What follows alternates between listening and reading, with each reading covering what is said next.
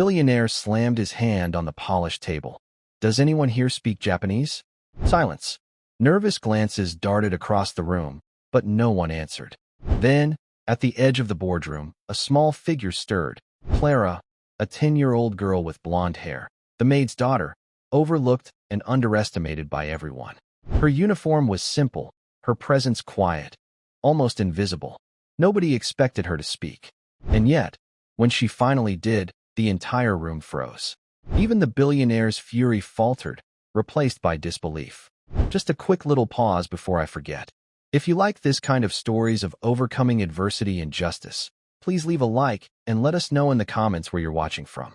And if you're new here, consider subscribing to our channel so you don't miss tomorrow's special video. I guarantee you won't want to miss it. Now let's jump back in.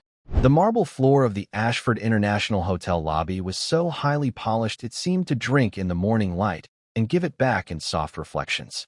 Tall glass doors rotated with a slow hiss as guests came and went. A steady tide of tailored coats, wheeled suitcases, and shoes that tapped brisk, confident rhythms. Amid the bustle, in a far corner between a potted ficus and the base of the grand staircase, a small figure worked quietly on her knees. A white cloth moved in slow, deliberate circles over the brass rim of a luggage trolley's wheel. The girl's sleeves were neatly rolled, not because she was in a hurry, but because that was how her mother taught her. Work is done properly, or not at all. Her name was Clara Baines, 10 years old. Her hair, pale gold and fine as corn silk, was tied back with a plain ribbon, but loose wisps kept slipping free. The hotel's air conditioning made them flutter whenever someone passed too quickly. She wore a pressed white blouse and a plain gray skirt that brushed just below her knees, along with black leather shoes that had been polished almost as much as the brass she was cleaning. The uniform wasn't truly hers. It was an old one of her mother's, altered down with careful seams. Her mother, Mrs. Baines, had been the hotel's head maid for 8 years. On weekends when Clara helped, she was just another pair of hands, small, quiet, invisible. Around her, the world carried on. A pair of businessmen wheeled their luggage past without slowing, one of them laughing too loud at something on his phone. A bellhop rushed by, narrowly avoiding her cleaning bucket without a glance. Near the reception desk, her mother spoke to a guest in patient, halting French, her voice like a thin ribbon of calm amid the lobby's noise. The scent of lemon polish clung to Clara's skin, sharp and clean, masking the faint musk of the brass she'd been tending since morning. She didn't hurry. Her pace had its own rhythm, unbothered by the movements around her. Every wheel on this trolley would shine, not just the parts people could see. A sharp voice cut across the lobby. Does anyone here speak Japanese? A woman in a wide cream hat stood at the concierge desk, her gloved hands tightening on the handle of a matching suitcase. Staff behind the desk exchanged uneasy looks. One clerk coughed. No one stepped forward. Clara didn't move. It wasn't her place to speak. Not here. Not now. She wrung out her cloth, water dripping softly into the bucket, and went back to polishing. No one noticed her. No one ever did. But they would. The lobby's morning rush had a certain music to it, and Clara knew the score by heart. At 9:30, the conference guests drifted out in small groups, their name badges swinging on lanyards as they headed for taxis. By 10, the tour buses arrived, tired couples in matching windbreakers, their voices a blend of German, Spanish, and something else Clara didn't recognize. By 11, the flow shifted again, the quiet lull between checkouts and check-ins. Her mother always said this was the best time to get work done. Clara finished the trolley and wheeled it to its place beside the bellhop stand. "Thank you, love," murmured Toby, the youngest bellhop, without looking up from arranging luggage tags. His tone was polite, automatic, the way you might thank someone for handing you a napkin. She nodded once and moved on to the brass railing along the main staircase. It curled upward in a perfect sweep, catching the light in warm flashes where it was cleanest. She started at the bottom, working her way up step by step. From here, she could watch the lobby without seeming to. She saw the way guests leaned slightly toward the concierge, or the quick check of a watch before a businessman strode to the elevator. People's movements told their own stories, if you knew how to read them. A man in a dark suit passed her on the stairs. "Careful with that, don't scratch it," he said without slowing. His words weren't sharp, but they carried that practiced tone of people who assume correction is needed. Clara just dipped her rag again, the lemon scent rising strong, and continued her measured circles. At the top of the stairs, she paused to look down over the lobby. Her mother stood near the reception desk, smiling faintly at a young couple while their papers printed. The cream-hatted woman from earlier was nowhere to be seen. "Clara," her mother called softly. "Come help in the east corridor." The east corridor was quieter, the air cooler. Light spilled through the tall arched windows onto patterned carpet, the golden cream walls holding the faint smell of lilies from the arrangements on the side tables. Clara dusted each table in turn, her steps silent. She liked this part of the day, the steady rhythm of cloth against wood, the unhurried pace. People passed, sometimes nodding politely, often not noticing her at all. She had learned early that this kind of invisibility wasn't an accident. It was the way the world arranged itself. Still, she listened. She always listened. You learn things that way.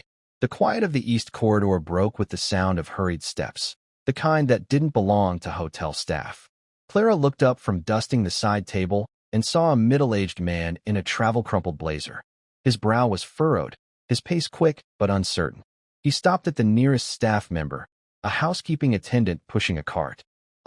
Japanese?" he asked, tapping at his phone, then shaking his head. "Do you speak?" He trailed off, frustration bleeding into his voice. The attendant glanced at Clara as if to pass the problem on, then quickly turned her eyes away and gestured vaguely toward reception. "Sorry, sir. Maybe the front desk." But the man didn't move toward reception. He muttered something in Japanese, short, urgent, and rubbed the back of his neck. Clara didn't mean to stare, but his tone carried a certain weight she recognized, someone trying not to panic.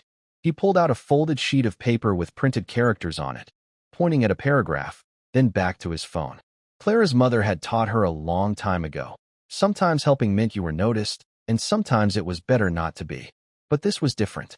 There was no one else in sight who could bridge the gap between his need and the blank looks he was getting.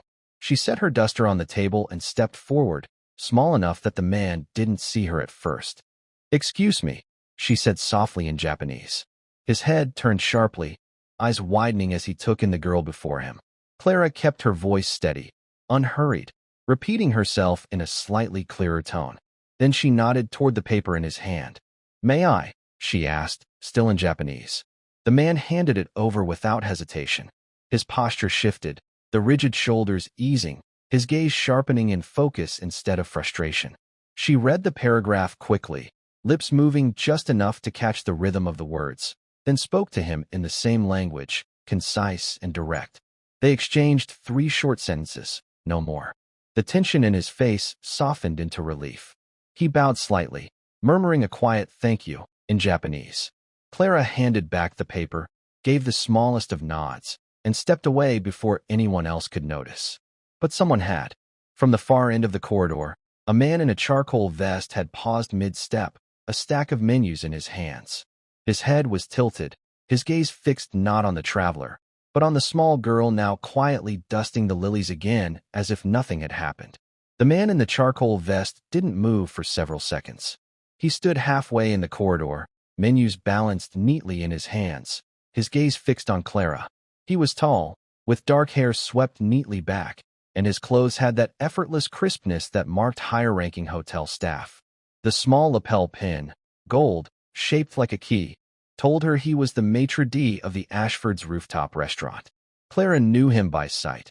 Mr. Lucien Voss, 37, known for his precision and his cool, unreadable manner. From where she stood, Clara could see that his stance had shifted, not in an obvious way, but enough to make her notice. His weight was forward on the balls of his feet, as though deciding whether to approach. He didn't. Instead, he simply watched her finish dusting the table, set the cloth neatly on her cart, and move on to the next. His gaze followed, but his expression didn't change. Only when a waiter appeared behind him with a question did he give a curt nod and continue down the corridor toward the service elevator. Clara didn't think much of it. People glanced at her sometimes, usually out of mild curiosity at why a child was working. It was easier not to meet their eyes. Back in the lobby, she returned to polishing the base of the reception desk. The brass there was duller, scuffed by countless shoes. Her mother passed behind her carrying a small stack of linens and murmured, "Nearly lunchtime. You can take your break after this." She nodded. At the far side of the room, Mr. Voss was speaking with the front desk staff. His posture was relaxed, but his eyes, when they lifted, swept briefly over Clara again before moving on. The cream-hatted woman from earlier reappeared, this time with a tall man in a slate blue suit, one of the hotel's upper managers, Mr. Alden Curse. He was all smooth gestures and polite smiles, but the way his jaw tightened when she spoke suggested the conversation wasn't going well. Clara caught fragments. Important client. Lost in translation. Unacceptable delay. She kept working, but her ears stayed open. A bellhop passed by, muttering under his breath, "She's really laying into them." Still, Clara said nothing. That was how you stayed invisible. You kept your eyes down, your hands busy, and your thoughts to yourself. But in the back of her mind, she could feel it, the slight change in the air when someone had seen more than they were meant to. Clara was wiping down the low table near the lounge chairs when she noticed the shadow first. It stretched across the carpet before her, long and still. She glanced up and found Mr. Voss standing there, the menus from earlier now gone, his hands clasped loosely behind his back. "You're Mrs. Bain's daughter," he said, not as a question, but as a quiet statement. "Yes, sir," Clara replied, straightening a little but not stepping back from her work. He tilted his head slightly. "You speak Japanese." Her hands paused on the table, just for a heartbeat, before resuming their slow circles. "Some," she said simply. "Not many people in this building can," he noted, his tone unreadable. "Certainly not at the speed I just saw." Clara looked at the table's polished surface. "I just helped him find the right floor," she said. "He was worried about being late." A small silence settled between them, the sounds of the lobby muffled for a moment. Mr. Voss studied her, his eyes not unkind but assessing, like a craftsman examining the grain of wood before cutting it. "Where did you learn?" he asked. Clara shrugged lightly. "At home. That's unusual for a 10-year-old. Another pause. She did not explain further, and he didn't press, though his eyes narrowed just slightly, as though filing away the unfinished answer for later.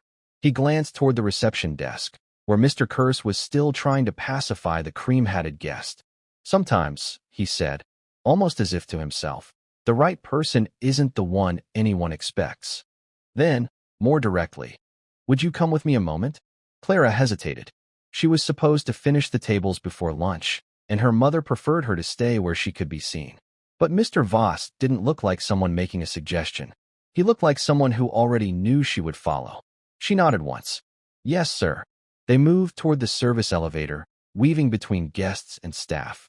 His stride was long, but he slowed slightly, so she could keep pace. Clara noticed how people reacted when he passed. Small shifts in posture, quick polite nods, the way conversations briefly paused. The elevator doors opened with a muted chime, revealing the quieter world behind the public floors. Stainless steel walls, the smell of coffee from somewhere nearby, and the hum of machinery. She stepped inside, the doors closing softly behind them. For the first time that day, Clara felt the rhythm of her workday break, and something else begin. The service elevator moved with a low hum, the kind you felt more in your feet than your ears. Clara stood near the panel, hands clasped in front of her, while Mr. Voss pressed a button marked PH. She had never seen anyone go higher than 12 before. The ride was short. When the doors opened, the air felt instantly different, cooler, lighter, and carrying the faint scent of lavender and roasted coffee. Sunlight poured in from tall glass walls ahead, so bright Clara had to blink against it. They stepped out into the rooftop restaurant. It wasn't open yet, but every table was already set. Crisp white linen, polished silverware, folded napkins like origami.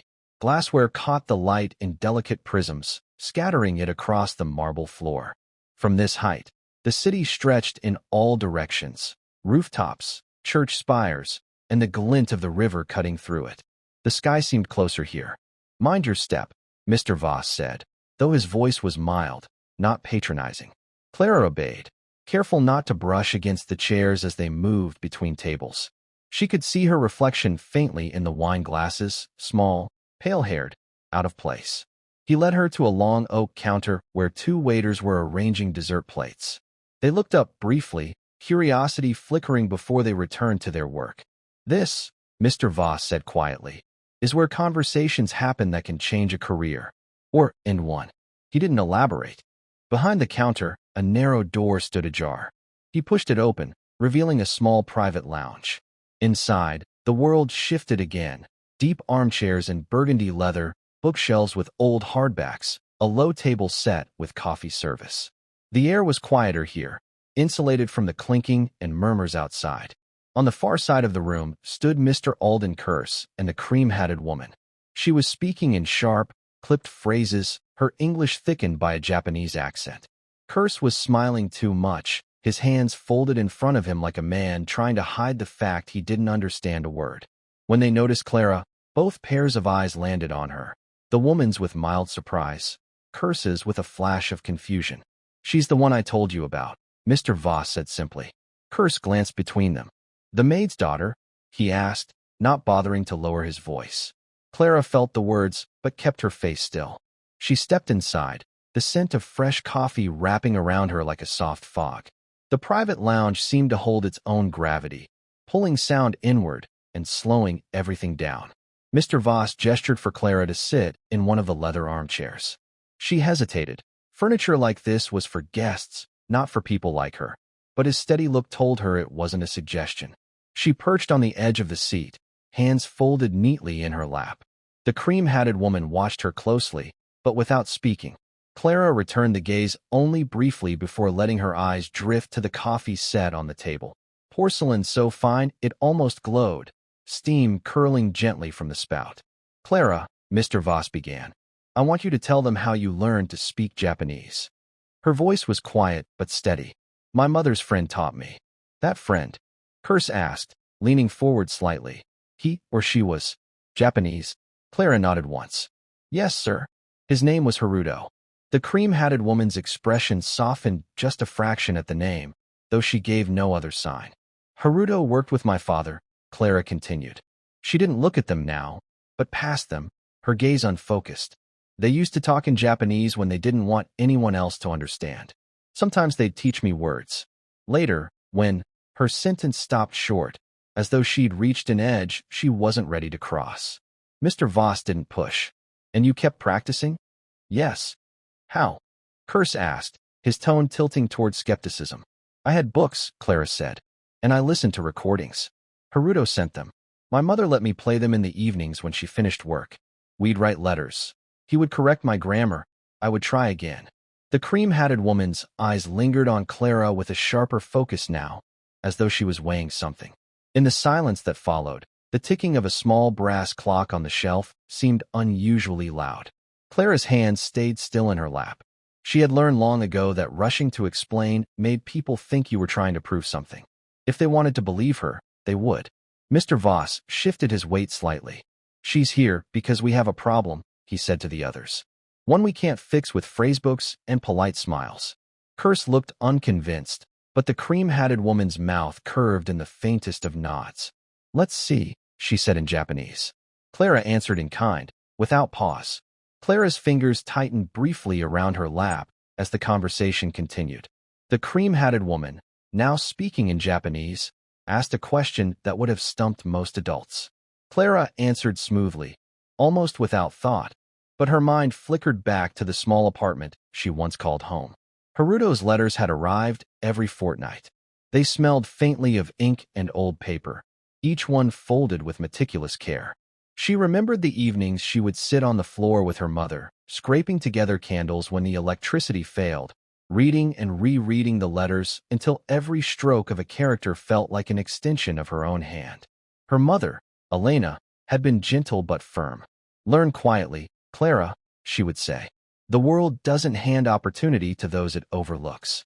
Clara had nodded, holding back tears, because her father's absence had left both of them with an invisible weight, a mix of fear, pride, and unspoken grief. Now, sitting in the sunlit lounge, Clara felt that past edge sharpen slightly. She had learned discipline early, not the kind drilled in schools or sports, but the kind born from necessity. Making meals for her mother, keeping the apartment clean, listening more than speaking. It had all trained her to observe, anticipate, and act with precision. Mr. Voss's voice brought her back. She persevered while managing every other task at home. He said softly, almost to himself. It wasn't handed to her. Curse frowned, unsure whether to challenge the statement or not. Clara didn't look at him. She was already thinking of the next question, the next phrase, mentally arranging words like pieces on a board. A flashback surfaced, brief but vivid. A small bookstore with sunlight spilling over Japanese dictionaries. Clara perched on a wooden stool, tracing characters with trembling fingers. Haruto's corrections were stern but kind, always leaving a margin of encouragement. Precision matters, Clara, his note said. Even in silence. The present intruded again. Clara answered the cream-hatted woman's next question without hesitation. Every word was clear, measured, confident. She had learned to carry weight in her voice without need of embellishment, a reflection of years spent under careful instruction, in silence, in waiting. Your dedication is remarkable, the woman said softly, almost admiringly. Clara nodded once, a small, composed gesture. She didn't explain her sacrifices, there was no need. Her persistence spoke louder than any story could. Mr. Voss leaned back slightly, watching her with that quiet calculation he always carried. In that moment, Clara understood something. The next step wouldn't just test her skill. It would test whether the world could see her worth through the quiet strength she had cultivated in shadows. The lounge door opened onto a hallway that led to a small conference room. Clara followed Mr. Voss and the cream-hatted woman silently, her steps careful, measured. The polished floors reflected the overhead lights, making the room appear longer than it was.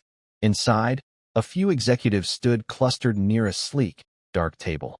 Papers were scattered, laptops open. At the head of the table, Alden Curse leaned over a folder, clearly frustrated. I've tried every interpreter, he muttered, almost to himself, tapping the folder with a polished fingernail. None of them can make sense of this client's notes. The cream-hatted woman looked at Clara. It's time, she said softly. Clara swallowed, steadying her breath. The problem wasn't the language itself. Japanese was familiar, almost second nature. It was the weight of expectation, the eyes of strangers judging her before she even spoke. She stepped forward, quietly confident. She knelt slightly over the folder, scanning the handwritten notes with a trained eye. Each stroke of ink, each irregular spacing, told her not just the words but the subtle intentions behind them. The client had written in a hurried, almost panicked hand, mixing colloquialisms with business terminology. Most adults would have stumbled. Clara read it like a map, tracing the lines of meaning with ease. Excuse me, she said, her voice small but precise, drawing the room's attention. Curse turned sharply, his expression skeptical. Clara began speaking, first slowly, then with increasing fluency, translating the notes into English with exact nuance. The executives leaned in, some exchanging doubtful glances, others scribbling notes, realizing this translation was not just correct, but insightful. Curse's brow furrowed. She's accurate, he said quietly, disbelief creeping into his tone. He glanced at the cream-hatted woman, who nodded almost imperceptibly. The tension in the room shifted. Whispers began, some curious, some incredulous. Clara remained still, focused entirely on the text in front of her, unconcerned with the shifting perceptions. Each sentence she delivered carried weight without ceremony, her calm presence amplifying the word's clarity. A sudden pause fell over the room as she finished the final page. Silence held for a moment, thick and deliberate. Then, slowly, one of the executives leaned back, a smile flickering. Another exhaled audibly. Even Curse's lips twitched, as though the realization of her skill was settling into him with reluctant respect. Mr. Voss, standing slightly to the side, gave a small nod, the kind that said, without words, this was always meant to happen. Clara, still composed, returned the folder to its place on the table. She didn't speak further, letting the moment linger. The room had changed. She had not changed.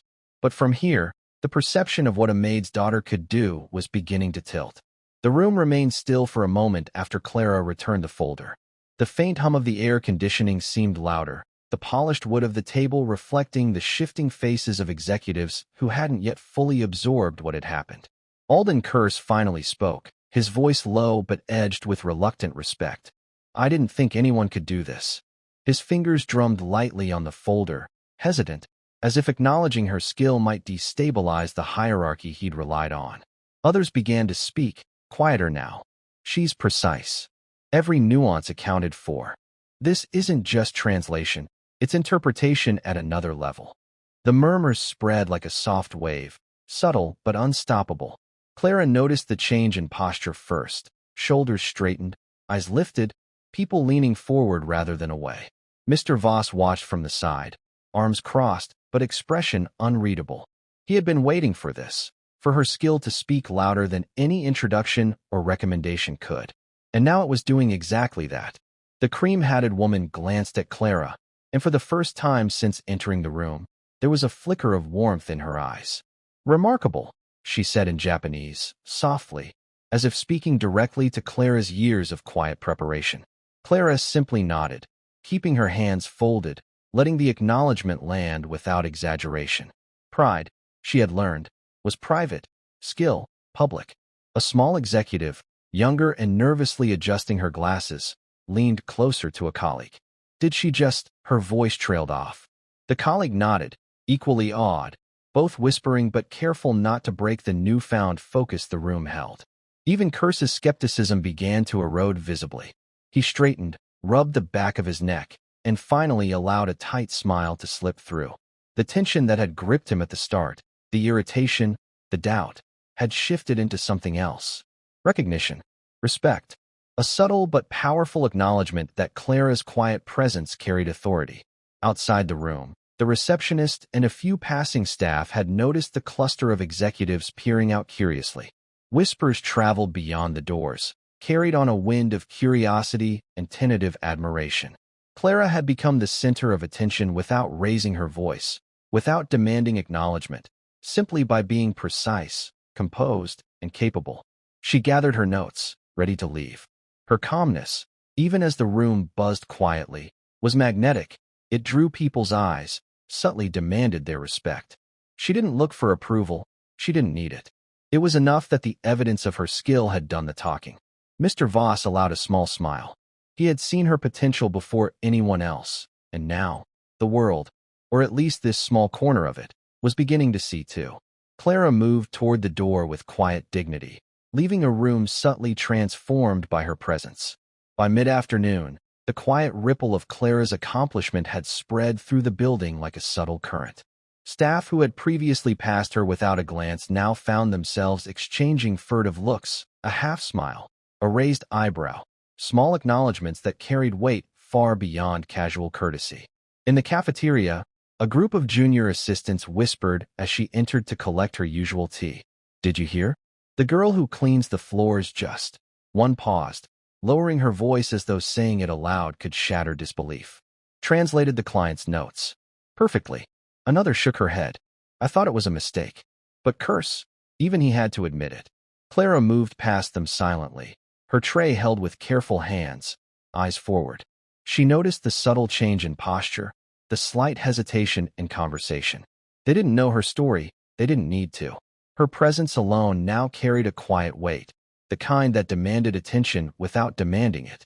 Near the elevators, maintenance staff and security glanced in her direction, nodding almost imperceptibly.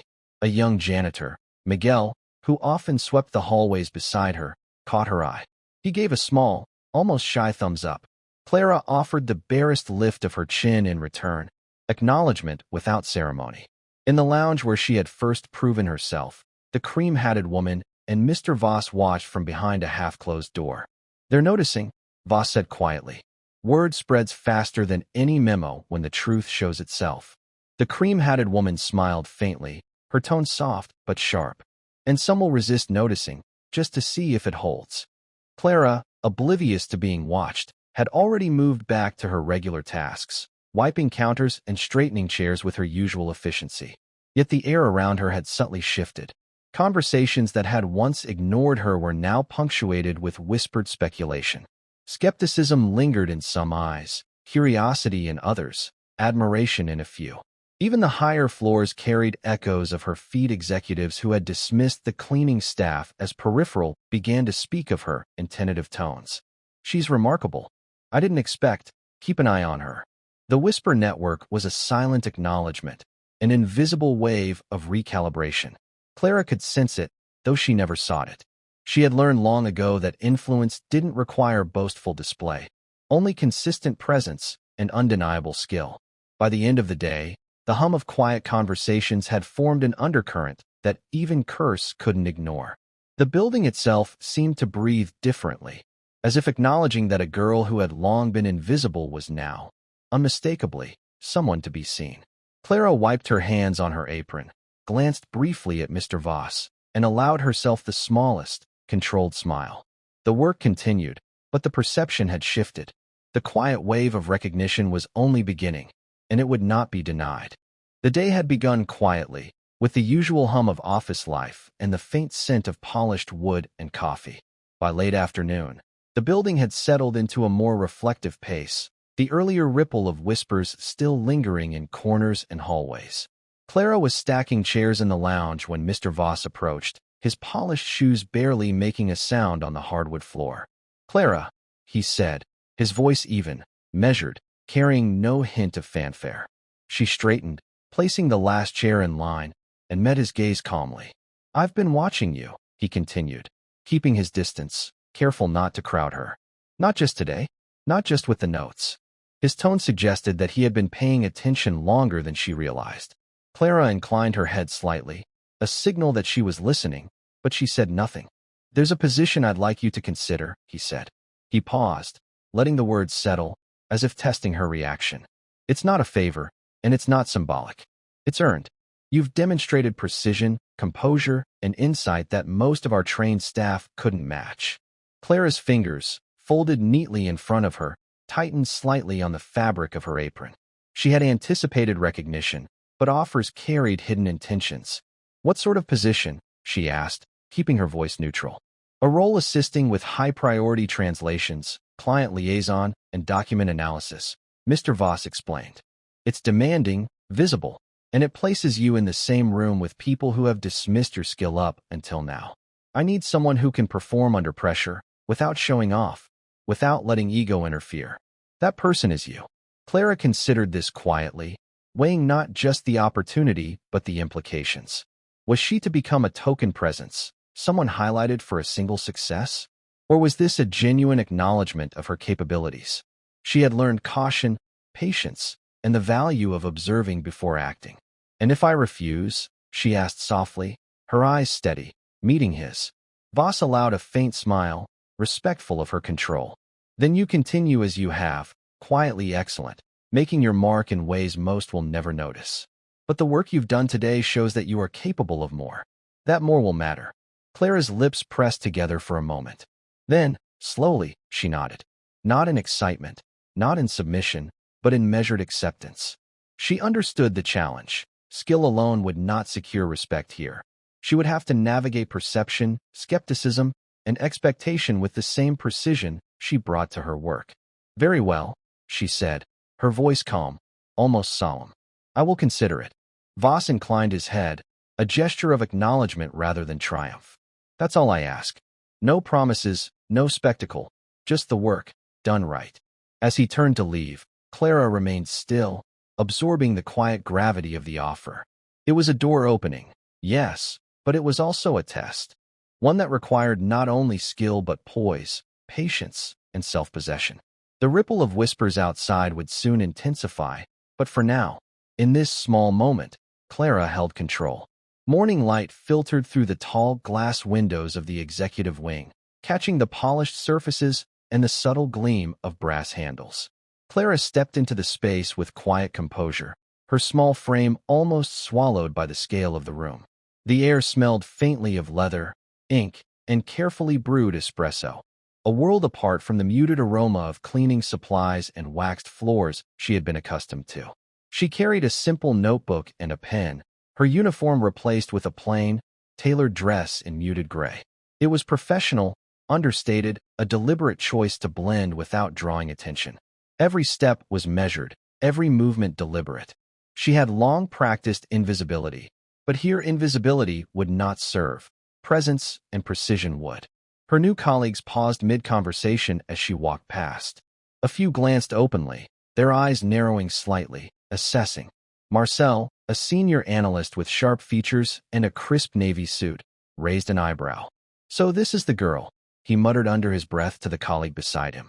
The other nodded, unsure whether to be impressed, dismissive, or mildly irritated by the shift in hierarchy.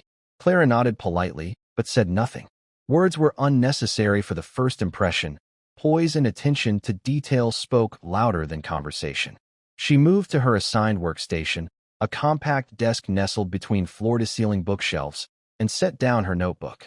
She took a moment to arrange the materials, pins lined up, folders stacked by size, tablet charged, a ritual that calmed her and projected quiet authority.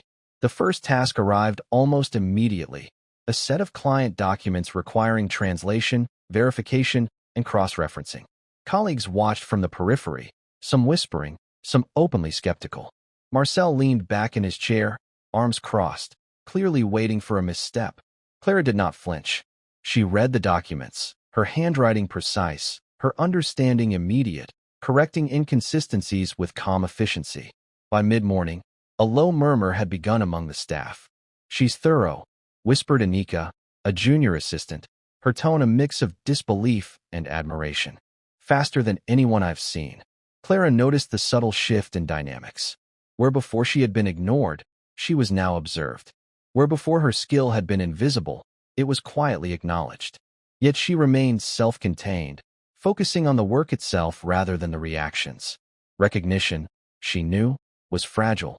It could be fleeting if pursued too eagerly. By lunchtime, even Marcel's posture had softened slightly, not in approval, necessarily, but in measured acknowledgement.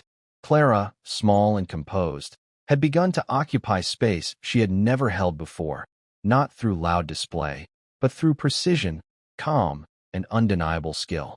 As she stepped away from her desk for a brief break, she glanced out the window at the courtyard below, where the familiar rhythms of her old life carried on. She felt neither longing nor regret, only quiet awareness. Today marked a threshold, one she would cross with care and purpose. The conference room was unusually still, the hum of the city outside a distant, muffled vibration through the thick glass walls. Clara entered with her notebook tucked under one arm, a neutral expression masking the flutter of anticipation she felt. Around the long mahogany table, executives and analysts were gathered, their suits sharp, their eyes sharper. Marcel sat near the head of the table, arms crossed, clearly skeptical. "This is a critical client file," Mr. Voss began, his tone deliberate. "Errors could cost us millions and damage our reputation. We need absolute accuracy, and it must be done in under 30 minutes. His gaze lingered on Clara, subtle but unmistakable. The weight of expectation pressed down, not in volume, but in quiet intensity. Clara nodded, kneeling briefly to ensure her pen was ready, her tablet positioned correctly. She had practiced this discipline countless times in small, unnoticed ways, double-checking details, noticing patterns, catching inconsistencies others overlooked. Now it was amplified. The documents were handed to her, each page filled with intricate tables, numerical data, and fragments of foreign language notes. Her eyes moved with measured focus, absorbing detail, cross-referencing mentally, translating phrases, and correcting errors as she went. The room was silent, except for the faint scratch of her pen and the occasional clearing of a throat from a colleague. Minutes passed, stretching in tense elongation. Marcel's brow furrowed. Even the most confident analysts shifted subtly, some whispering under their breath, glances flicking toward Clara. She noticed everything, the subtle fidgeting of hands, the slight tightening of jawlines, the weight of unspoken doubt. She did not flinch. Each correction, each verified translation, each meticulous adjustment was precise, deliberate. At 28 minutes, she closed the last folder and placed her pen down. She lifted her gaze, meeting the eyes of every person in the room, steady and composed. Silence followed, thick and deliberate, before Mr. Voss exhaled softly. "Flawless," he said, voice low but carrying across the room. Marcel's posture straightened, a slow acknowledgement settling into his shoulders. Whispers began, a ripple of astonishment spreading through the staff. Even those previously dismissive now observed her with guarded respect. Clara neither smiled nor moved to draw attention. Her presence, quiet and unwavering, was enough. She had delivered not through showmanship, but through mastery and calm control.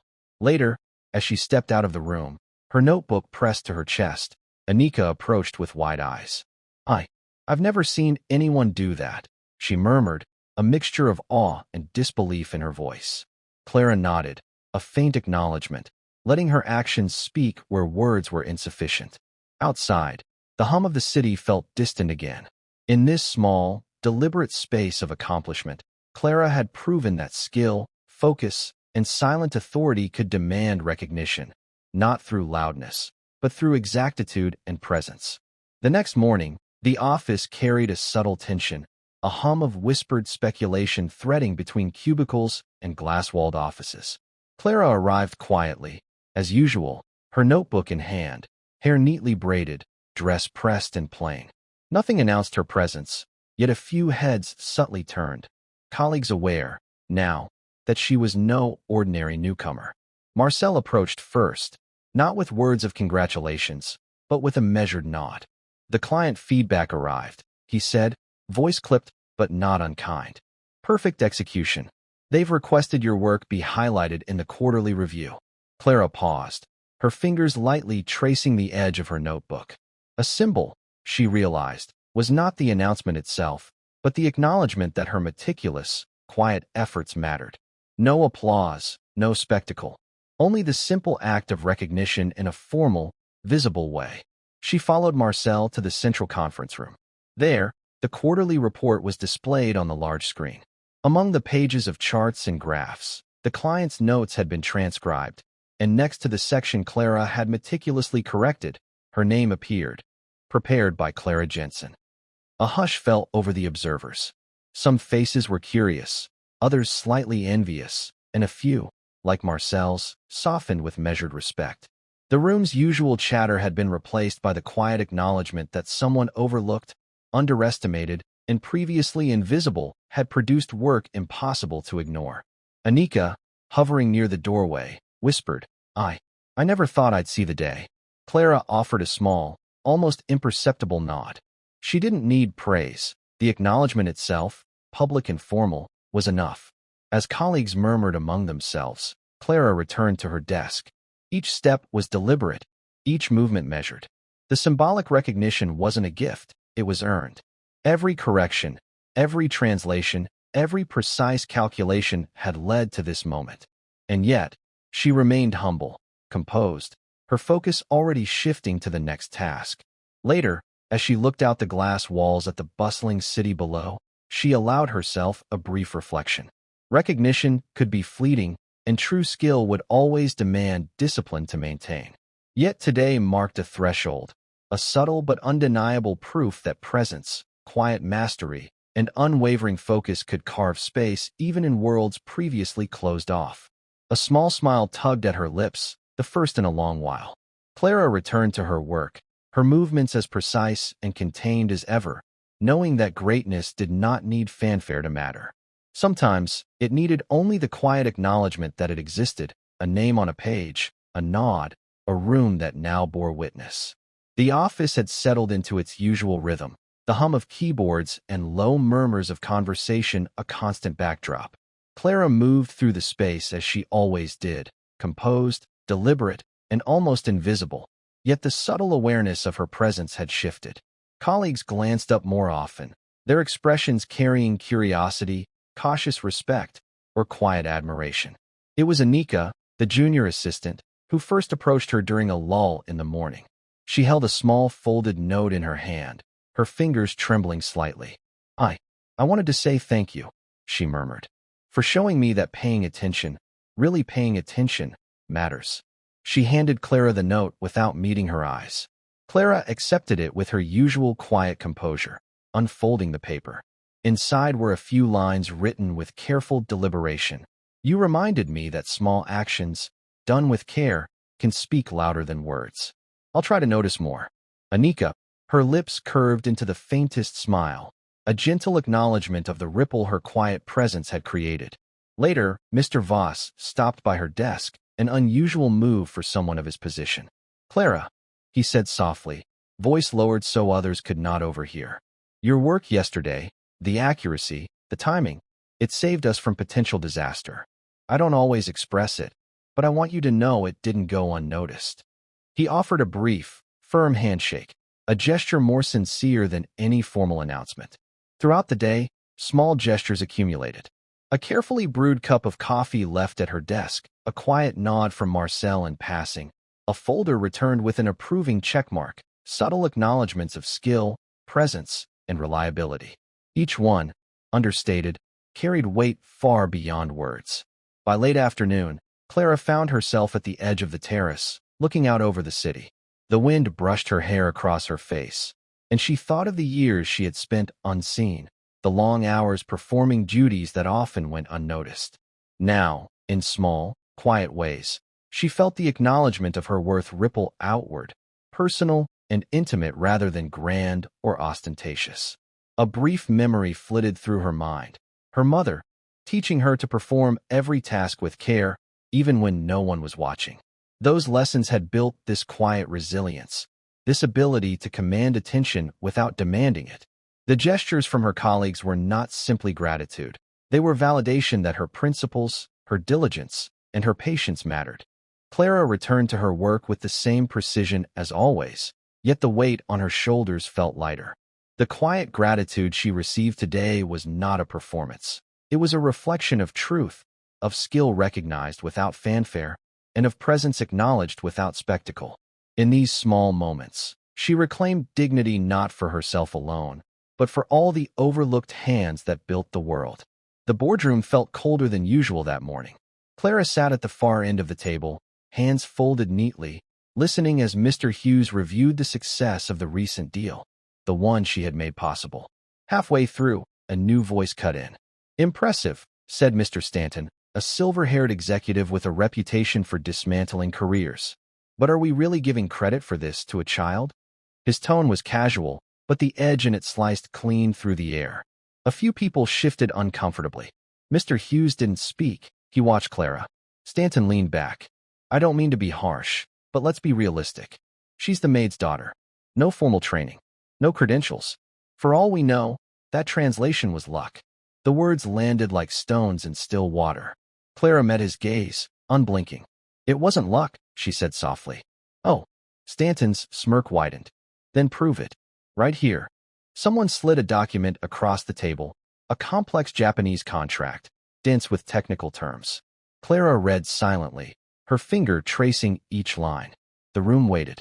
After a moment, she spoke, calm, precise, translating not only the words but the nuance hidden between them.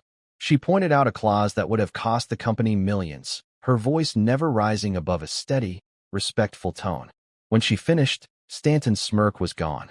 The silence that followed wasn't just surprise, it was recalibration. Mr. Hughes closed the folder. "I think that's all the proof we need," he said. His voice was measured, but his eyes held a quiet satisfaction. Clara simply nodded, her hands folding again. She didn't gloat. She didn't need to. The work spoke louder than any defense she could give. For the first time, Stanton looked at her not as the maid's daughter, but as someone who belonged at that table. The challenge came sooner than anyone expected. Late that afternoon, an urgent call came from Tokyo. The company's overseas partners were threatening to walk away unless a critical misunderstanding was cleared up within the hour.